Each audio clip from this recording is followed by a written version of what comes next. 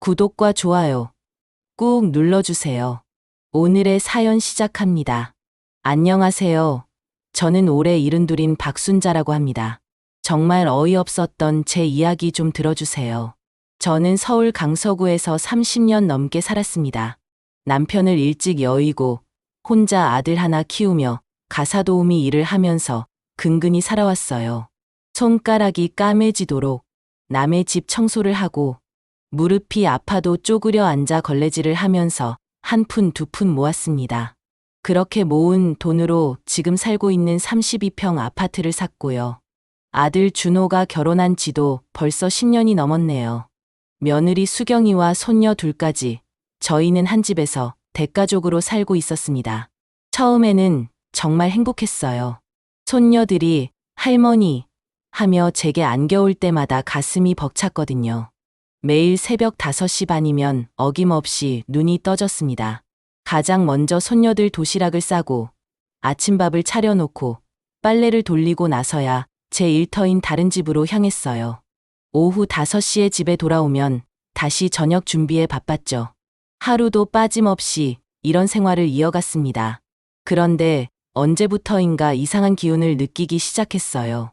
처음에는 제 착각이라고 생각했습니다. 하지만 며느리 수경이가 저를 대하는 태도가 조금씩 달라지더라고요. 어머니, 청소는 다 되었나요? 제가 친구들 초대하는 날이니까 꼼꼼히 해주세요. 수경이의 목소리에는 예전에 존댓말은 있었지만 뭔가 차가운 기운이 있었어요. 마치 저를 고용인 대하듯 말하는 것 같았습니다. 어머니, 저녁은 정확히 6시에 차려주세요. 1분도 늦으면 안 돼요. 애들 학원 시간 맞춰야 하거든요. 정확히 6시. 1분이라도 늦으면 안 된다는 뜻이었어요. 그리고 얼마 뒤에는 더욱 충격적인 말을 들었습니다. 어머니, 빨래는 꼭 따로 분리해서 해주세요. 저희 옷이랑 섞이면 정말 곤란해요. 특히 속옷은 절대 같이 하지 마세요. 그 순간 목구멍이 막히는 느낌이었어요. 한 집에 살면서 빨래도 따로 해야 한다니, 심지어 속옷까지 분리하라니, 정말 제가 이 집에서 가족이 맞나 하는 생각이 들었습니다. 제가 모처럼 거실에서 TV를 보고 있으면 수경이는 이렇게 말했어요. 어머니, 아침에 너무 시끄러워요. 소리 좀 낮춰주세요. 저희가 늦잠 자는 주말에는 아예 안 보셨으면 좋겠어요. 새벽부터 가족을 위해 부산하게 움직이고 잠시 휴식을 취하는 저에게 시끄럽다니. 심지어 주말에는 TV도 보지 말라니. 그때 깨달았어요.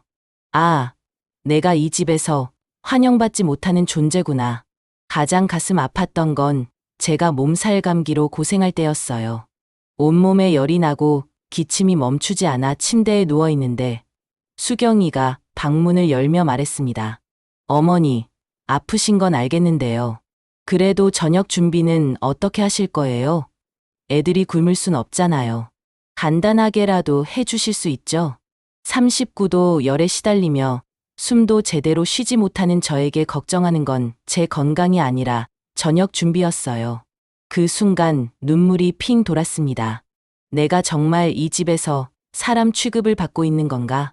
얼마 뒤 허리 디스크가 심해져서 수술을 받아야 한다는 진단을 받았어요. 30년 동안 무거운 청소용품을 들고 다니며 쪼그려 앉아 걸레질을 하다 보니 허리가 완전히 망가진 거였습니다. 준호야, 엄마가 수술해야 한대. 수술이요? 이번엔 얼마나 걸려요? 회복 기간도 궁금하고. 의사 선생님이 일주일 정도 입원하고 한 달은 무리하지 말라고 하셨어. 그때 아들이 한 말이 지금도 귀에 생생해요. 그럼 그 한 달 사이에 집안일은 어떻게 하죠? 파출부를 불러야 하나요? 비용이 얼마나 들까요?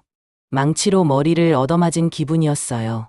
제가 수술을 받는다는데 제일 먼저 걱정하는 게 집안일과 돈이라니. 제 건강도, 제 안전도, 제 생명도 뒷전이었던 거죠. 수경이가 끼어들었어요. 어머니, 파출부는 너무 비싸잖아요. 한 달이면 100만 원도 넘을 텐데. 그냥 간단한 것만 부탁드리면 안 될까요? 수술 당일, 저는 혼자 병원에 갔습니다. 수술복으로 갈아입고 수술실 앞에서 기다리는데 간호사가 안쓰러운 듯 물어보더라고요. 할머니, 보호자분은 안 오셨나요? 수술 후에 깨어나시면 곁에 꼭 누군가 있어야 하는데요. 바빠서 못 왔어요. 괜찮아요. 혼자서도 잘할 수 있어요. 그렇게 말하면서도 목이 메었어요. 72해를 살면서 가장 무서웠던 순간을 혼자 견뎌야 한다는 게. 옆 병상 할머니는 달랐어요.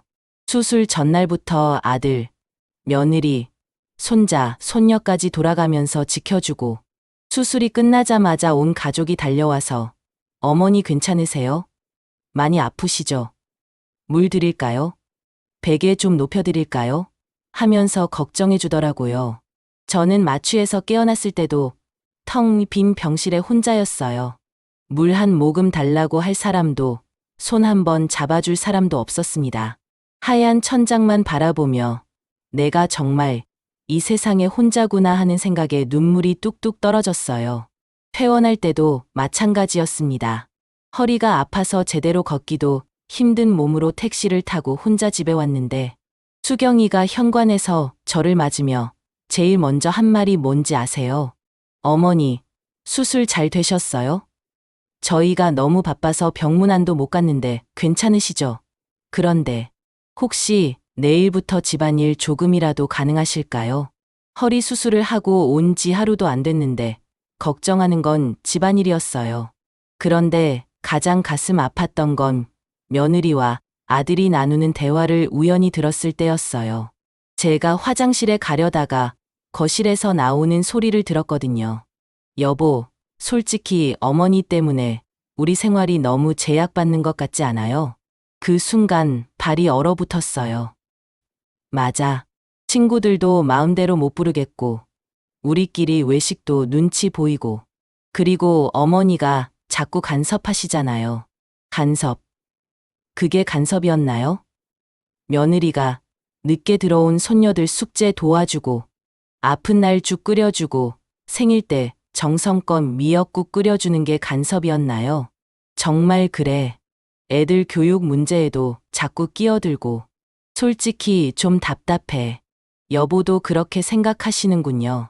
저만 그런 게 아니었네요. 그럼 어떻게 하지? 우리가 나갈 수도 없고. 솔직히 어머니 없으면 우리가 훨씬 자유로울 텐데. 요양원은 어떨까요? 요즘 시설 좋은 곳 많다던데. 요양원. 그 두 글자가 가슴에 비수처럼 꽂혔어요. 요양원이라. 그런데 어머니가 거부하실 것 같은데. 그럼 어떻게 설득하죠? 혼자 살기 어려우시다고 말씀드릴까요? 아니면 건강이 안 좋아지시니까 전문적인 케어가 필요하다고 하거나. 사실 요즘 제가 몸이 여기저기 아파서 병원을 자주 다니게 되었어요. 그래서 아들 내외에게는 부담스러운 존재가 되어버린 것 같았습니다. 그 순간 전혀 예상하지 못했던 아들 내외의 진심을 듣게 되었고, 다리에 힘이 빠져서 벽에 기댈 수밖에 없었어요. 그런데 진짜 문제는 어머니가 이 집 주인이시잖아요. 맞아. 그게 제일 복잡해. 명의도 어머니 거고, 나중에 상속받게 되면 그때 가서 생각해봐야겠어요. 상속? 제가 죽기를 기다리고 있다는 말인가요? 제가 있으면 자유롭지 못하다는 얘기였죠. 30년 동안 이 가족을 위해 제 모든 걸 바쳤는데 저는 그들의 자유를 방해하는 짐이었던 거예요. 바로 그 다음 주였어요. 아들 준호가 밝은 표정으로 말하더라고요. 엄마, 우리 이번에 제주도 여행 가려고 해요. 3박 4일 정도로 좀 길게요. 마지막 희망을 품고 물어봤어요. 나도 같이 가는 거니? 오랜만에 가족끼리 여행 가는 것도 좋겠다. 엄마는 집에서 편히 쉬세요. 저희끼리 가족 여행하려고요. 엄마 모시고 가면 너무 피곤하실 것 같아서. 가족 여행? 그 두 단어가 가슴에 비수처럼 꽂혔어요. 그럼 저는 가족이 아닌 건가요? 30년 동안 함께 살면서도 저는 가족이 아니었던 건가요? 수경이가 덧붙였어요. 어머니, 저희끼리만 가는 여행이에요. 어머니는 집에서 푹 쉬시면서 드라마도 보시고, 그게 더 편하실 거예요. 그 순간 뭔가 딱 소리를 내며 부러지는 걸 느꼈어요. 아마 제 마음이었을 거예요. 좋아. 가정부 취급하면서 요양원 보내려고? 그럼 내가 먼저 이 집을 떠나주지. 아들 가족이 제주도로 떠나는 그날, 현관문 너머로 사라져가는 그들의 뒷모습을 바라보며 저는 마음속으로 조용히 다짐했어요. 이제 됐어. 충분히 참았어. 72해 동안 나는 누군가의 엄마로, 누군가의 할머니로, 누군가를 위해서만 살아왔잖아. 이제는 정말 박순자로 살아보자. 아들 가족이 제주도로 떠난 그날, 집안이 텅 비어 있는 걸 느끼면서 제가 얼마나 이 집에서 외톨이였는지 뼈저리게 깨달았어요. 냉장고를 열어보니 제가 좋아하는 음식은 하나도 없었어요. 온통 아이들이 좋아하는 요구르트, 과일, 음료수뿐이었습니다. 제가 좋아하는 된장, 김치, 나물은 한 구석에 초라하게 자리 잡고 있었어요. 제 방을 둘러보니 정말 초라했어요. 가장 작고 어두운 방에서 살고 있었거든요. 창문도 작아서 햇빛이 잘 들어오지 않는 방이었어요. 거실에는 제가 앉을 자리도 정해져 있었어요. 소파 끝자리, 그것도 등받이가 불편한 곳. 리모컨도 제 마음대로 만질 수 없었고, 채널도 아이들이 보고 싶어 하는 것 위주였죠. 그때 문득 생각했어요. 이 집이 내 집인데, 왜 내가 이렇게 눈치를 보며 살고 있지? 이 집은 제가 30년 동안 가사도우미로 일해서 번 돈으로 산 집이에요. 남편 돌아가시고 나서 혼자 아들을 키우면서 남의 집 청소하고 빨래하고 밥해주면서 한 푼 두 푼 모아서 산 집이라고요. 매달 적금도 넣고 옷도 안 사 입고 화장품도 안 바르고 아껴서 모은 돈으로요. 그런데 아들이 결혼하고 며느리가 들어오면서부터는 마치 제가 얹혀 사는 신세가 되어버렸어요. 전기세, 가스비, 관리비 모두 제가 내면서도 눈치를 보며 살아야 했어요. 며느리 수경이가 했던 말들이 머릿속에서 맴돌았어요. 어머니, 청소는 매일 해주세요. 먼지 하나도 남기지 말고요. 어머니, 저녁은 정확히 6시에 차려주세요. 분 단위로 맞춰주세요. 어머니, 빨래는 어머니 것과 따로 해주세요. 섞이면 정말 싫어요. 마치 제가 고용된 가정부 같았어요. 아니, 가정부보다도 못한 대우였죠.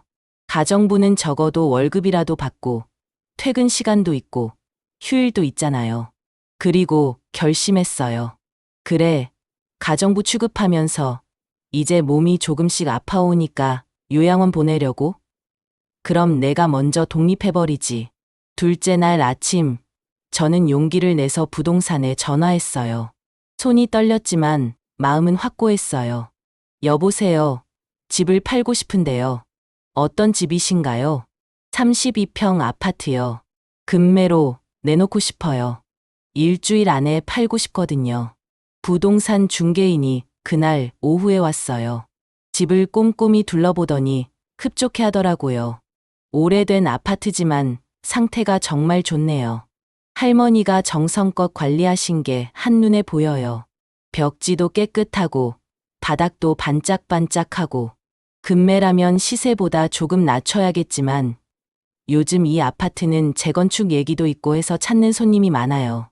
일주일 안에 팔 수 있을 것 같은데요. 좋아요.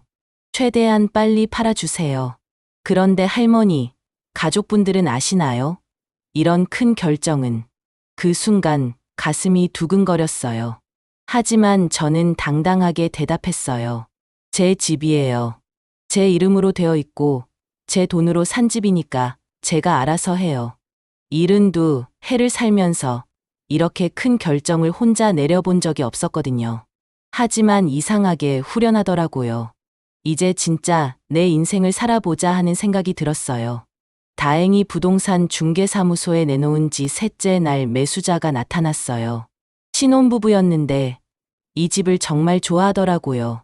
할머니, 이 집에서 행복하게 사셨죠? 관리도 정말 잘 되어 있고 따뜻한 느낌이 나요. 저희도 여기서 행복하게 살게요. 그 말을 들으니까 마음이 좀 아프기도 했어요. 행복했나? 글쎄요. 처음에는 행복했을지도 모르겠어요. 아들이 결혼해서 손녀들과 함께 살 수 있어서 좋았으니까요. 하지만 언제부터인가 이 집에서의 제 자리는 점점 작아져만 갔어요. 네, 행복하게 사세요. 계약금을 받고 일주일 후에 잔금을 치르기로 했어요. 신혼부부는 제가 변심할까봐 잔금 날짜를 앞당기자고 하더라고요. 하지만 전 미련이 없었어요. 그리고 저는 혼자서 조용히 이사 준비를 시작했어요. 제 친구 경희한테 전화했습니다. 경희야, 나 울진으로 이사 갈 거야. 어머, 갑자기? 아들네는 알아? 그냥 혼자 살아보려고. 순자야, 무슨 일 있었니? 목소리가 이상해. 경희는 제 오랜 친구라서 제 마음을 금방 알아챘어요. 그래서 다 털어놨어요. 그동안 어떻게 살았는지, 얼마나 서러웠는지, 그리고 이번에 왜 이런 결정을 내렸는지 말이에요. 잘했어, 순자야. 진작 그랬어야지. 울진에 내 사촌 언니가 살거든. 거기 바다 근처에 조그만 집들이 많아. 매물도 괜찮은 게 있을 거야. 내가 알아볼게. 경희가 도와주겠다고 하니까 마음이 든든했어요. 그리고 울진으로 이사 갈 생각을 하니까 설레기도 했어요. 바다 소리 들으며 아침 산책하고 아무도 눈치 보지 않고 제가 하고 싶은 대로 살 수 있을 것 같아서요. 넷째 날 아침, 아들 가족이 여행에서 돌아온다는 연락이 왔어요. 저는 마지막으로 집안을 정리했어요. 제 물건들은 이미 다 박스에 담아놨고 이사짐 센터도 불렀습니다. 드디어 준호 가족이 집에 돌아왔어요. 현관문을 열고 들어오면서 아이들이 소리쳤더라고요. 할머니, 우리 왔어요. 여행 엄청 재미있었어요. 바다도 보고 맛있는 것도 많이 먹었어요. 손녀들은 여전히 신나했어요. 제주도에서 산 선물까지 들고 와서 보여주더라고요. 그런데 제가 거실에 앉아서 조용히 기다리고 있는 걸 보고 집 안 분위기가 뭔가 다르다는 걸 눈치챘나 봐요. 며느리 수경이가 먼저 입을 열더라고요. 여행 가방을 끌면서 둘러보더니 이상하다는 표정을 지었어요. 어머니, 이 박스들이 뭐예요? 혹시 뭔가 정리하신 거예요? 바로 그때였어요. 제가 기다리던 순간이. 이사 가려고 짐 쌌지. 이사요? 어디로요? 갑자기 무슨 울진으로. 내일 아침에 이사차 와. 아들 준호와 며느리의 얼굴이 창백해졌어요. 어머니, 무슨 말씀하시는 거예요? 저희 여행 간 사이에 갑자기 무슨 말씀이세요? 무슨 말씀이라니? 내가 이 집 팔았어. 뭐라고요? 집을 팔았다고요? 준호가 충격을 받은 듯 소파에 주저앉았어요. 수경이가 다급하게 말했습니다. 어머니, 농담이시죠? 저희 어떻게 하라고요? 갑자기 이런 식으로. 그때 저는 30년 동안 쌓인 모든 감정을 쏟아냈어요. 너희야, 알아서 하지. 그동안 나한테 한 것처럼 말이야. 가족 여행이라며 나만 빼고 다녀오더니 이제 와서 뭘 어떻게 하라는 거야? 엄마, 그럼 저희는 어떻게 하라고요? 갑자기 이사를 어떻게 해요? 너희도 독립적인 생활하고 싶다고 했잖아. 요양원 얘기도 하고 이제 진짜 독립할 수 있게 된 거야. 수경이가 화가 나서 말하더라고요. 저희가 언제 나가라고 했어요? 그런 말 한 적 없는데요. 안 했어. 그럼 나 몰래 요양원 보내려고 한 건 뭐야? 어머니 없으면 우리가 훨씬 자유로울 텐데 이런 말 한 것도 잊었어. 그제서야 둘 다 할 말이 없어지더라고요. 자기들이 그동안 제게 어떻게 했는지 무슨 말을 했는지 기억났나 봐요. 그리고 말이야. 이 집은 내가 30년 동안 가사도우미에서 번 돈으로 산 집이야. 내가 혼자 준호 키우면서 매달 적금 넣고 용돈도 아끼고 옷도 안 사 입고 모은 돈으로 말이야. 등기부등본에도 내 이름으로 되어 있고. 어머니, 너희는 그냥 들어와서 살기만 했지. 전기세, 가스비, 관리비 한 번이라도 낸 적 있어. 생활비 보탠 적 있어. 수경이가 머뭇거리더라고요. 그건 어머니께서 안 받으신다고 하셔서 내가 안 받는다고 했어. 언제? 너희가 돈 얘기하는 것 자체를 싫어해서 계산적이라고 해서 내가 그냥 포기한 거지. 사실이었어요. 결혼 초기에 제가 생활비 분담에 대해 이야기했을 때 수경이가 어머니, 그런 계산적인 얘기는 좀 가족인데 그런 걸 따져요? 하면서 불쾌해했거든요. 그래서 저도 더 이상 말하지 않았던 거예요. 그리고 내가 매일 새벽부터 밤까지 너희 뒷바라지 하는 것도 당연하다고 생각했지. 청소, 빨래, 요리, 아이들 돌보기. 이거 다 돈으로 계산하면 얼마인지 알아? 준호가 작은 소리로 말했어요. 엄마, 저희도 감사하게 생각하고 있어요. 정말로. 감사. 정말이니? 그럼 왜 나보고 가정부 취급했어? 빨래도 따로 하라고 하고, 청소도 매일 하라고 하고, 저녁도 분 단위로 맞춰서 차리라고 하고, 그리고 요양원 이야기는 또 뭐냐? 그건 저희가 깊이 생각하지 못했어요. 죄송해요. 내가 허리 수술하고 병원에 혼자 있었을 때는 너희들 왜 그렇게 바빴니? 한 번이라도 문병 왔어. 수술 끝나고 깨어났을 때 옆에 있어줬어. 두 사람이 완전히 할 말을 잃었어요. 그때 제가 마지막으로 한 방 더 날렸어요. 난 내일 아침에 이사가. 그렇게 알고 너희들도 이번 주 금요일까지야. 그때까지 짐 다 빼야 해. 아, 그리고 계약서에 보면 집 산 사람이 이사 오기로 한 날이 금요일이야. 이번 주 금요일이요? 이렇게 빨리요? 너무하잖아요. 수경이가 더 화를 내며 소리쳤어요. 3박 4일 여행 다녀온 사이에 이런 큰일을 혼자 결정하시다니. 우리 어디로 가라는 말이에요? 갈 곳이 왜 없어? 너희는 가족끼리 여행도 잘 다녀오더니. 너희 진짜 가족. 수경이 친정 있잖아. 나도 이 나이에 새로 시작하는데 너희 젊은 것들이 못할 게 뭐 있어. 그 순간 그 오랜 기간 동안 쌓였던 모든 스트레스가 한꺼번에 풀리는 기분이었어요. 속이 뻥 뚫리더라고요. 손녀들이 조용히 제 쪽을 보고 있었어요. 평소와 다른 할머니의 모습에 어리둥절했어요. 큰 손녀 슬기가 조심스럽게 물어봤어요. 할머니, 진짜 울진으로 가요? 저희 두고요. 응. 할머니는 이제 할머니만의 삶을 살아볼 거야. 그럼 저희는 어떡해요? 할머니 없으면. 그때 수경이가 또 끼어들었어요. 어머니, 아이들 생각은 안 하세요. 갑자기 나가시면 아이들이 얼마나 혼란스럽겠어요? 아이들한테는 할머니가 필요해요. 아이들 생각. 내가 너희와 함께 살면서 누구 생각하면서 살았는데 정말 어이가 없었어요. 그동안 아이들 핑계 대면서 저를 부려먹더니 이제 와서 아이들 걱정이라니요. 그리고 아이들이 혼란스러운 건 너희가 지금까지 할머니를 무시하고 함부로 대하면서 살았기 때문이야. 할머니는 당연히 집에 있는 가구인 줄 알았겠지.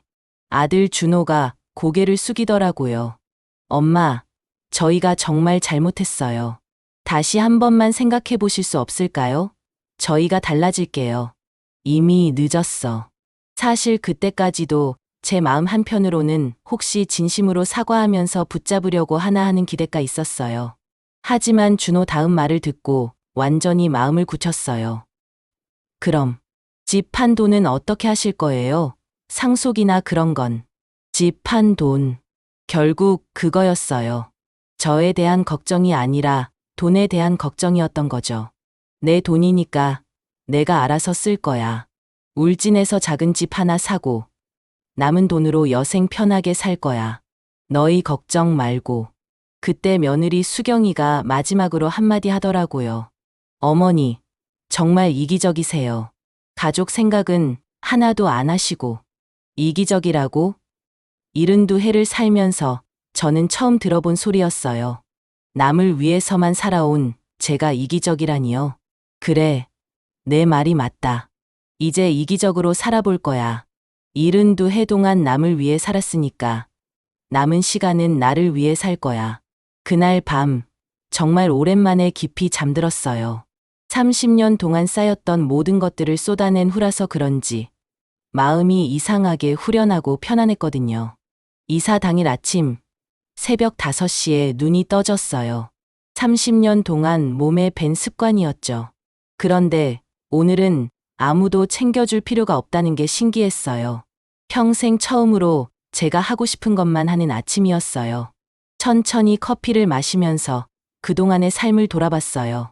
그동안 한 번도 이렇게 여유롭게 커피를 마셔본 적이 없었거든요. 항상 새벽부터 바쁘게 움직이며 가족들 뒷바라지만 했으니까요. 이 작은 시간도 정말 나에게 이렇게 소중할 줄 몰랐어요. 이사짐 센터 아저씨들이 7시에 왔어요. 생각보다 짐이 많지 않아서 금방 끝났어요. 정말 오랫동안 산 집인데 제 물건은 옛날 가구 몇 개와 박스 5-6개가 전부였어요. 아저씨가 놀라면서 말하더라고요. 할머니 짐이 참 적으시네요. 보통 이 정도 평수에서 30년 사신 분들은 작은 트럭 한 대로도 모자라는데 이삿짐이 이렇게 적은 분은 처음 봐요. 그 말을 듣고 가슴이 아팠어요. 정말 그동안 저를 위해서는 아무것도 사지 않고 살았구나 싶어서요. 그동안 나를 위해서는 별로 산 게 없어서요. 다 가족들 위해서만 살았거든요. 아이고, 그러셨구나. 그럼 이제부터는 하고 싶은 것 많이 하세요.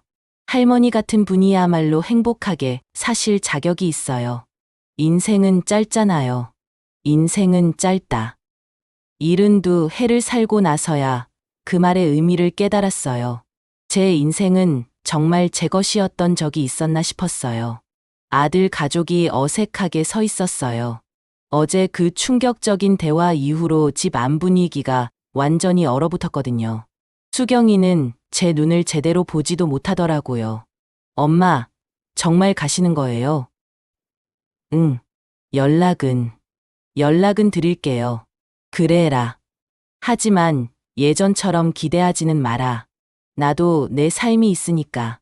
딱 그뿐이었어요. 참 긴 세월 동안 이 아들을 위해 제 모든 걸 바쳤는데 작별 인사가 이렇게 간단할 줄이야. 그동안 제가 이 집에서 얼마나 투명한 존재였는지 다시 한번 깨달았어요. 손녀들이 울먹이면서 안아주더라고요. 할머니, 정말 보고 싶을 거예요. 할머니가 해주신 도시락, 할머니가 불러주신 자장가.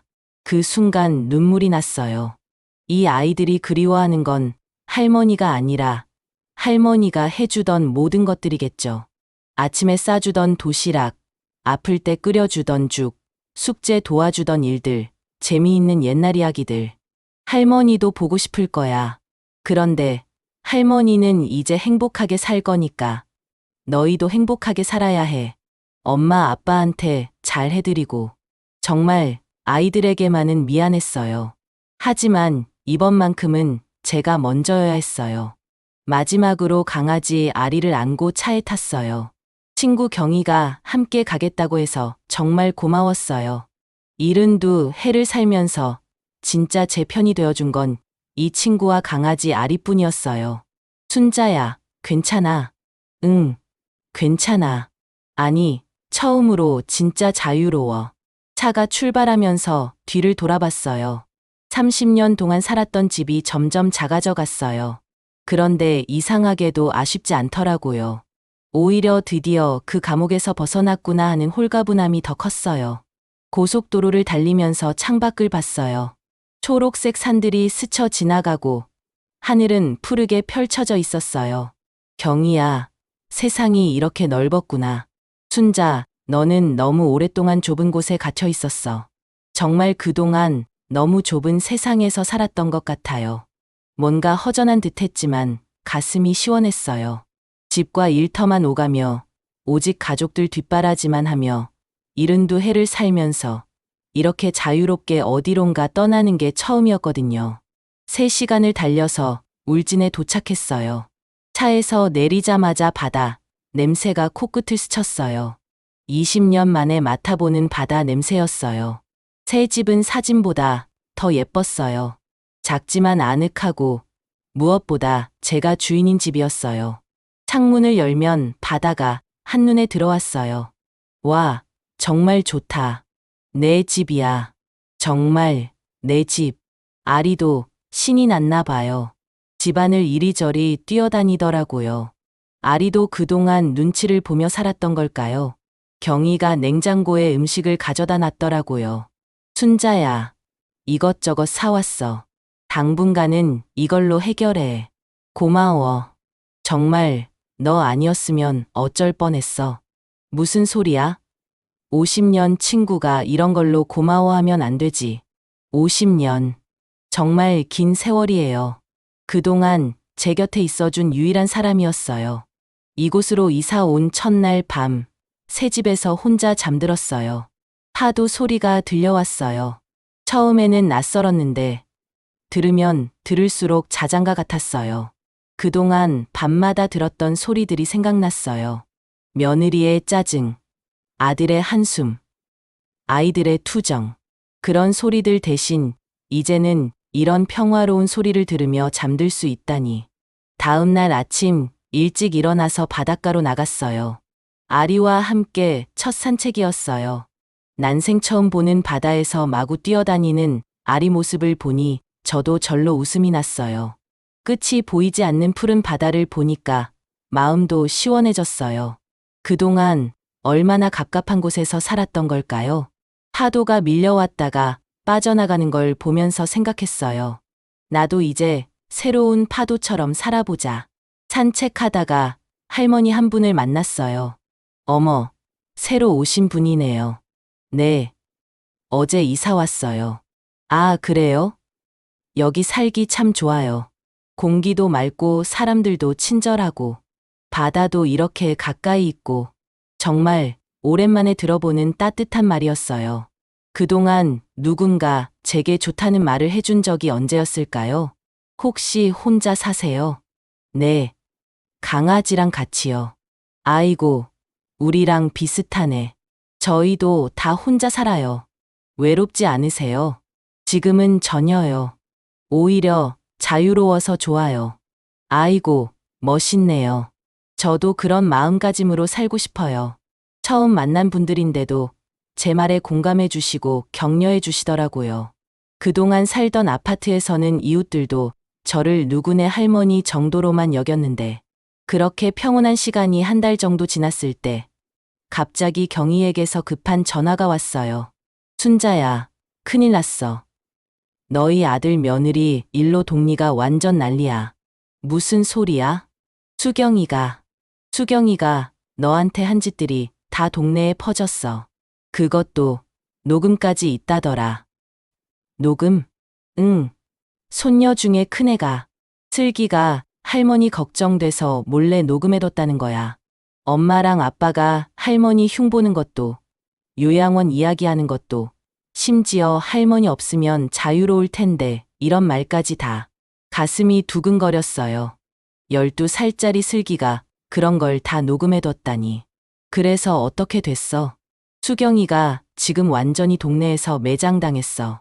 아파트 엄마들 사이에서도 시어머니를 어떻게 그렇게 대하냐며 손가락질 받고 있고 아이들 학교에서도 소문나서 선생님들까지 알고 있대. 그리고 순자야, 더 놀라운 건 슬기가 너한테 편지를 썼어.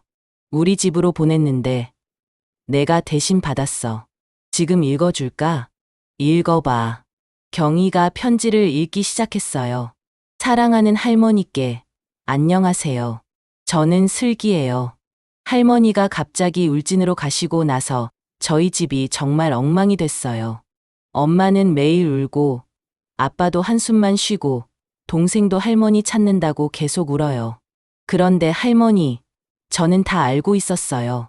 엄마가 할머니한테 얼마나 심하게 했는지. 엄마랑 아빠가 할머니 없으면 자유로울 거라고 말하는 것도 들었어요. 요양원 보내자고 하는 것도요. 그래서 제가 엄마 몰래 녹음했어요. 할머니한테 나중에 보여드리려고요. 할머니가 나쁘지 않다는 걸 모든 사람들한테 증명하려고요. 지금 그 녹음 때문에 동리가 난리예요. 엄마는 아무 데도 나가지 못하고 저희도 학교에서 친구들이 너희 엄마가 할머니를 그렇게 괴롭혔다며 하면서 놀려요. 그런데 할머니, 저는 이게 맞다고 생각해요. 할머니는 저희한테 정말 잘해주셨어요. 매일 아침마다 도시락 싸주시고, 아플 때 죽 끓여주시고, 숙제도 도와주시고, 재미있는 옛날 이야기도 들려주시고, 그런데 엄마는 할머니를 가정부처럼 대했어요. 심지어 빨래도 따로 하라고 하고, 저녁도 분 단위로 맞춰서 차리라고 했잖아요. 할머니, 저는 할머니 편이에요. 할머니가 울진에 가신 것도 이해해요. 그런데 한 가지만 부탁드리고 싶어요. 저희가 정말 반성하고 있으니까 언젠가는 용서해 주세요. 저는 할머니 없는 집이 이렇게 춥고 무서운 줄 몰랐어요. 할머니가 계셨을 때가 정말 행복했구나 하는 걸 이제야 알았어요. 할머니가 해주시던 모든 게 그리워요. 할머니 사랑해요. 건강하세요. 슬기가 올림. 편지를 다 듣고 나니 눈물이 핑 돌았어요. 그 어린 아이가, 순자야, 너 어떻게 할 거야? 모르겠어. 아이들은 정말 미안하지만. 그런데 말이야, 수경이가 이제 완전히 꼴이 내렸대. 매일 울면서 자기가 잘못했다고, 할머니한테 용서받고 싶다고 그러고 다닌대. 그래? 응. 그리고 준호도 진짜 달라졌다더라. 장모님 집에서도 눈치 보이고, 직장에서도 동료들이 수근거리고, 아이들은 학교에서 놀림받고, 완전히 사면초가야. 며칠 후, 정말 예상치 못한 전화가 왔어요. 할머니, 저 슬기예요. 슬기야. 할머니, 편지 받으셨어요? 받았어. 정말 고마워. 슬기가 그렇게 생각해주니까. 할머니, 저희 정말 잘못했어요. 엄마도 아빠도 매일 울면서 후회하고 있어요. 할머니 없으니까 집이 정말 엉망이에요. 아이의 울음 섞인 목소리를 듣고 있자니 가슴이 아팠어요. 슬기야, 너는 잘못한 게 하나도 없어. 하지만 제가 그냥 보고만 있었잖아요. 엄마가 할머니한테 심하게 하는데도. 아니야. 너는 오히려 할머니를 지켜줬어. 녹음까지 해서 할머니가 나쁘지 않다는 걸 증명해줬잖아. 할머니, 정말 용서 안 해주실 거예요? 엄마가 매일 울면서 할머니한테 죄송하다고. 그때 제 마음도 조금 흔들렸어요. 하지만 이미 정한 길이었어요. 슬기야, 할머니는 이제 새로운 삶을 살고 있어. 여기서 정말 행복해. 매일 바다를 보면서 산책하고 새 친구들도 사귀고. 그럼 저희는 어떻게 해요? 너희 가족끼리 잘 사는 방법을 배워야지. 할머니에게 의존하지 말고. 엄마 아빠도 이제 많이 깨달았을 거야. 그리고 마지막으로 말했어요. 하지만 슬기야, 할머니는 너희를 사랑해. 그것만은 변하지 않아. 다만 이제는 각자의 삶을 살아가는 거야. 지금은 울진에 온 지 1년이 됐어요. 매일 아리와 바닷가 산책을 하고 작은 텃밭에서 채소를 기르고 이웃 할머니들과 차 마시며 수다 떨고 정말 평범하지만 행복한 일상을 보내고 있어요. 준호는 이제 한 달에 2번 정도 안부 전화를 해요. 예전과는 확실히 달라졌어요. 더 이상 저에게 의존하려 하지 않고 자기들끼리 해결하려고 노력하는 모습이 보여요. 엄마, 저희 이제 작은 집 하나 얻었어요. 전세로요. 수경이 친정 근처에서. 그래, 잘했다. 수경이가 정말 많이 바뀌었어요. 매일 엄마 얘기를 하면서 자기가 얼마나 잘못했는지 후회하고 있어요. 요리도 배우고 청소도 제대로 하고. 그렇구나. 그리고 엄마, 제가 요리를 배우고 있어요. 수경이랑 같이요. 아이들을 위해서라도 집밥을 해먹이려고 노력하고 있어요. 엄마가 해주시던 된장찌개도 만들어보고. 그 말을 들으니 다행이다 싶었어요. 이제야 진짜 가족이 되어가고 있구나. 엄마, 그리고 아이들이 엄마한테 편지 썼을 거예요. 받아보셨나요? 받았어. 아이들이 정말 엄마를 그리워해요. 특히 슬기가 많이 힘들어해요.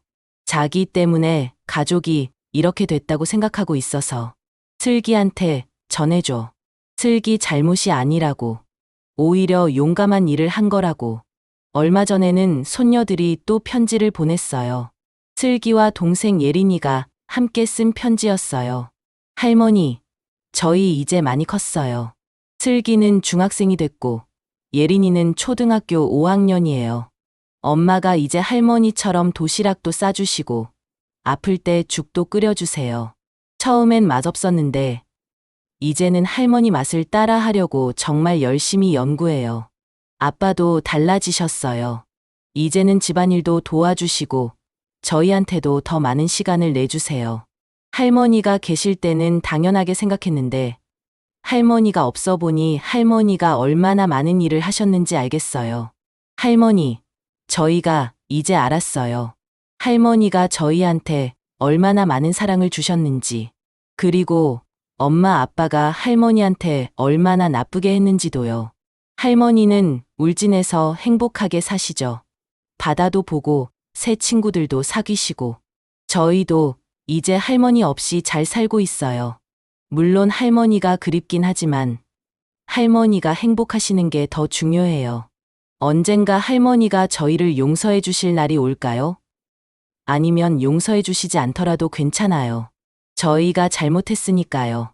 그냥 할머니가 건강하고 행복하시기만 하면 돼요. 사랑하는 할머니께 슬기와 예린이가 편지를 읽으면서 눈시울이 붉어졌어요. 아이들이 이렇게 철이 들었구나. 그래서 저도 답장을 보냈어요. 사랑하는 슬기, 예린아. 할머니는 너희를 한 번도 원망한 적 없어. 오히려 고마워. 너희가 있었기 때문에 할머니가 그 집에서 그래도 버틸 수 있었거든. 할머니는 지금 정말 행복해. 매일 바다를 보면서 너희 생각을 하고 아리랑 산책하면서 옛날 이야기도 해. 새로운 할머니, 친구들도 생겼어. 너희도 할머니 걱정하지 말고 건강하게 잘 자라렴. 그리고 엄마 아빠한테 잘해드려. 이제는 엄마 아빠도 많이 달라졌을 거야.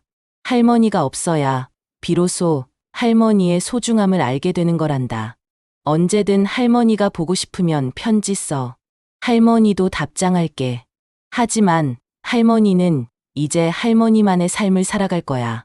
너희도 너희만의 행복한 가족을 만들어 가렴. 사랑한다. 우리 손녀들아. 요즘 저는 동네 복지관에서 봉사활동도 하고 있어요. 혼자 사시는 다른 할머니들을 위해 밑반찬을 만들어드리거나 말벗이 되어드리는 일이에요. 제가 받은 사랑을 이제는 다른 분들에게 나눠드리고 싶어서요. 순자 할머니, 정말 고마워요. 할머니 덕분에 외롭지 않아요. 무슨 말씀을. 저도 보람 있어요.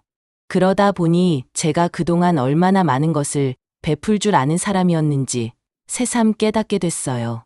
다만 그 사랑을 받을 자격이 없는 사람들에게 줬던 게 문제였죠.